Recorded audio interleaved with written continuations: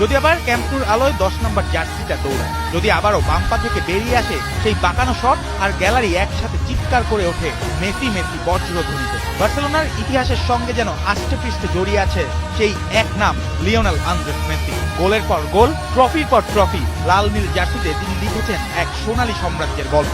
বার্সার হয়ে 10টি লা লিগা, 4টি চ্যাম্পিয়ন্স লিগ, 7টি কোপা দেল রে, আর অসংখ্য স্মরণীয়রা, 792 ক্লাব গোল আর 8টি ব্যালন ডিওর। পরিসংখ্যানই বলে দেয় তিনি শুধু একজন খেলোয়াড় নন, তিনি এক যুগের নাম।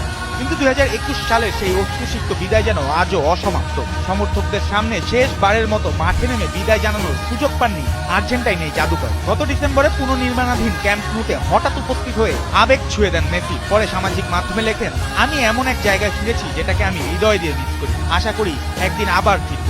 এই এক বার্তাতেই যেন কাতালানদের হৃদয় জ্বালিয়ে দেয় নতুন আশার স্ফুলিঙ্গ। আর সেই আশাকে নির্বাচনের প্রতিশ্রুতিতে রূপ দিলেন প্রেসিডেন্ট